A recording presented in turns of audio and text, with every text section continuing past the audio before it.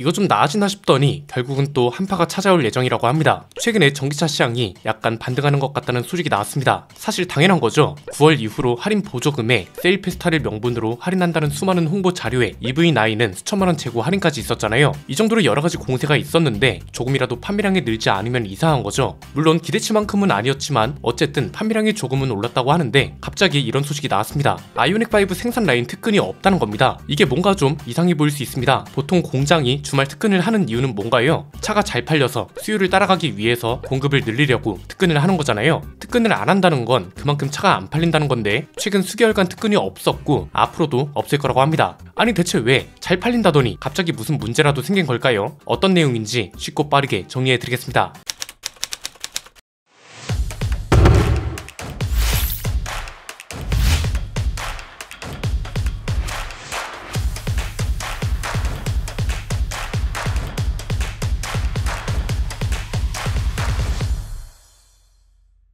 현대차가 최근에 디젤 엔진 2종의 생산을 중단한다고 밝혔죠. 이번에는 특근을 안 한다는 보도가 나왔습니다. 어떤 내용인지 보니까 울산 공장에서 아이오닉5 생산 특근을 하지 않는다는 소식이었는데요. 아이오닉5가 1공장 12라인에서 생산되거든요. 주말 특근을 진행하지 않는다고 하고 울산에 있는 5개 공장 중에 주말 특근을 하지 않는 곳은 호나가 생산되는 11라인, 아이오닉5가 생산되는 12라인, 제네시스 G70, G80, G90이 생산되는 51라인 이렇게 3곳이라고 합니다. 각 라인별로 사유를 보면 51라인은 제네시스 세단 판매량이 최근에 감소하면서 이미 수개월 동안 특근이 없었다고 하고요. 11라인은 1공장 노조가 11라인만 분리해서 특근을 진행하는 걸 반대하면서 거부했다고 합니다. 아이오닉5의 특근 중단이 호나 생산에도 영향을 끼쳤다는 건데요. 그럼 아이오닉5는 특근이 왜 없냐? 이유는 간단합니다. 전기차에 관심 있는 분들은 이미 눈치채셨을 겁니다. 최근에 전기차 수요가 많이 줄어든 탓도 있지만 앞으로 2달 동안은 전기차 판매량이 거의 없을 거기 때문입니다. 심지어 판매량이 제로일 수도 있습니다. 왜? 보조금 지급이 이제는 없거든요. 연말이 되면서 대부분의 지자체가 보조금 지급을 마무리했고 이달부터 내년 2월 중순까지, 그러니까 내년 보조금이 확정되고 지급 절차가 다시 시작되기 전까지는 전기차 판매량이 거의 없을 예정이잖아요. 전기차 보조금이 적게는 수백만 원에서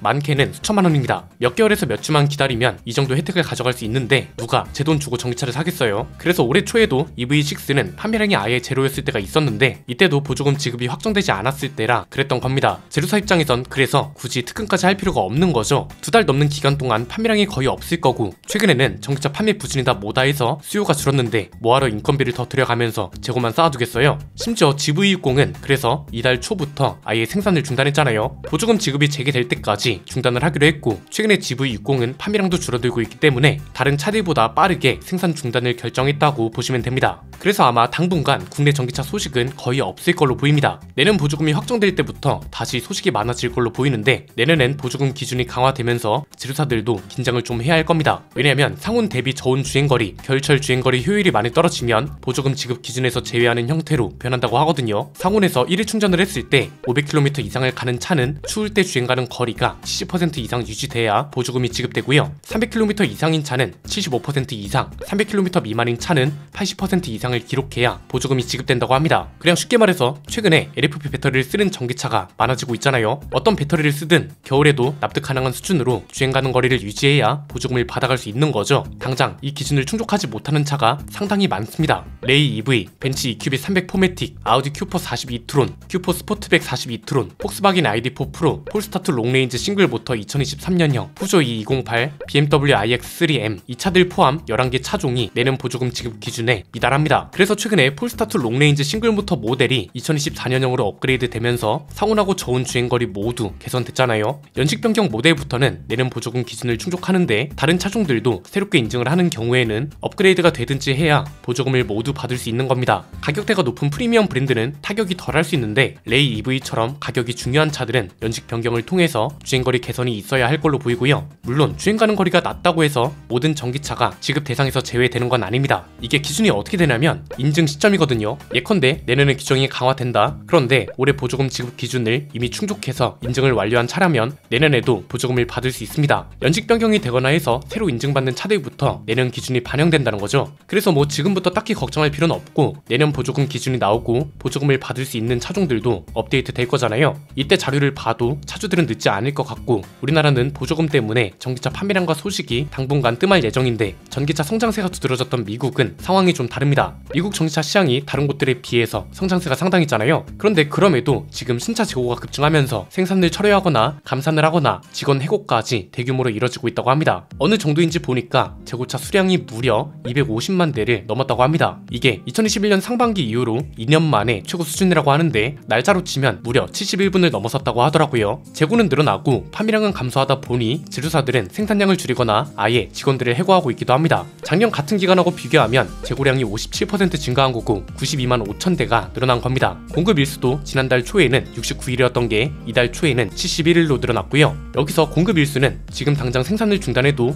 71일 동안 팔 수 있는 물량이 쌓여 있다 이렇게 이해하시면 됩니다. 여기에 또 전미 자동차 노조가 파업을 중요시하면서 생산량이 정상화되고 이것 때문에 재고가 더 늘어났다고 볼 수 있는 거죠. 미국은 대체 왜 이렇게 되고 있냐? 이유는 간단합니다. 전기차 가격이 상대적으로 비싸고 충전 인프라가 충분하지 못해서 미국 소비자들 사이에서도 전기차 선호도가 떨어진 탓이라고 합니다. 이게 좀 심각한 이유가 우리나라는 하이브리드 차가 대안이 되고 있어서 문제가 안 되지만 미국 시장은 어떻게 보면 전기차가 굉장히 잘 팔리고 전기차를 잘 팔아야 살아남는 시장으로 통했잖아요. 그런데 이렇게 되면 미국 전기차 시장에 서하를 걸었던 회사들이 계획을 대대적으로 수정해야 하거나 하는 상황이 펼쳐질 수 있다는 거죠. 현대기아차 같은 경우는 미국에 전기차 전용 공장을 짓는다거나 배터리 기업들은 미국 자동차 회사랑 합작해서 공장을 짓는다거나 이걸 또 하필이면 바이든의 정책 때문에 가속화한 것도 없지 않잖아요. 이게 약간 역풍이 되고 있다는 거죠. GM 같은 경우는 내년에 차종 생산이 어느 정도 마감되면 직원 1,300명을 해고할 거라고 하고 스텔란티스는 지프 공장 직원과 생산량을 줄일 거라고 합니다. 3교대 근무 중 하나를 줄이는 방식으로 진행하고 포드도 F150 라이트닝 공급일이 111일이나 되면서 감산을 선언했습니다. 이게 얼마 전에 다뤄드렸던 트럼프 당선과 연결되면 더 암울해질 수 있다는 겁니다.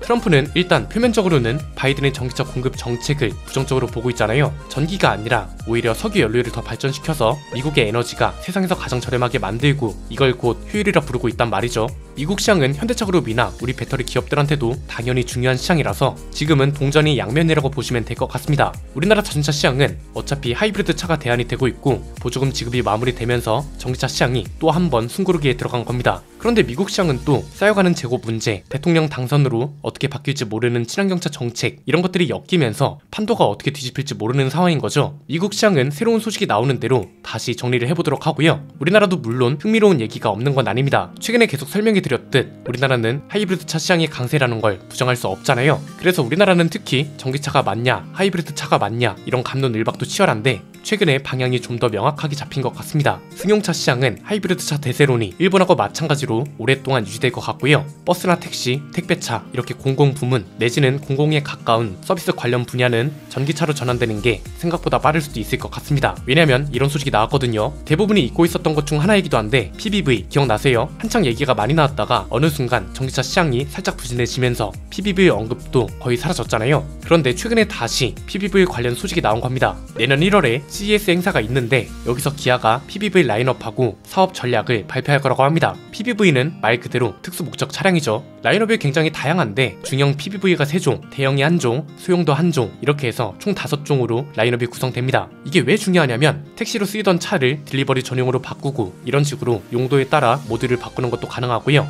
이미 PBV의 목표와 목적도 뚜렷합니다. 전자상거래, 물류, 셔틀, 로봇 배송 이런 식으로 서비스에 최적화된 차란 말이죠. 그래서 좀 희망적으로 전망을 하자면 승용차 쪽은 하이브리드 차가 오랜 기간 대세를 유지하겠지만 버스나 택시, 택배, 물류, 배달 서비스 이런 쪽은 PBV 덕분에 전기차로 전환되는 게 빨라질 수 있을 것 같습니다. 무엇보다 충전 문제가 덜할 수 있잖아요. 자가용은 충전 시설이 딱 정해져 있는 게 아니지만 PBV 같은 경우는 차고지 같은 곳에서 충전을 해버리면 그만이니까요. 기아도 일반 물류, 신선식품 배송, 다인승 셔틀, 이동식 오피스나 스토어 이런 식으로 PBV로 활용할 수 있도록 제품 라인업을 확대해 나갈 거라고 했거든요. 최근까지는 우리나라 전기차 시장이 붕 떠있는 느낌이 없지 않았는데 살짝 시선을 바꿔서 수용차는 하이브리드, 서비스 쪽 상용차는 PBV를 중심으로 전기차 이렇게 투트랙 전략으로 나뉜다고 생각하면 오히려 방향이 뚜렷해졌다고 전망할 수도 있지 않을까 싶네요. 오늘 내용은 여기까지입니다. 내용이 유익하셨다면 구독과 좋아요 알림 설정 부탁드립니다. 지금까지 저는 안피디였습니다. 감사합니다.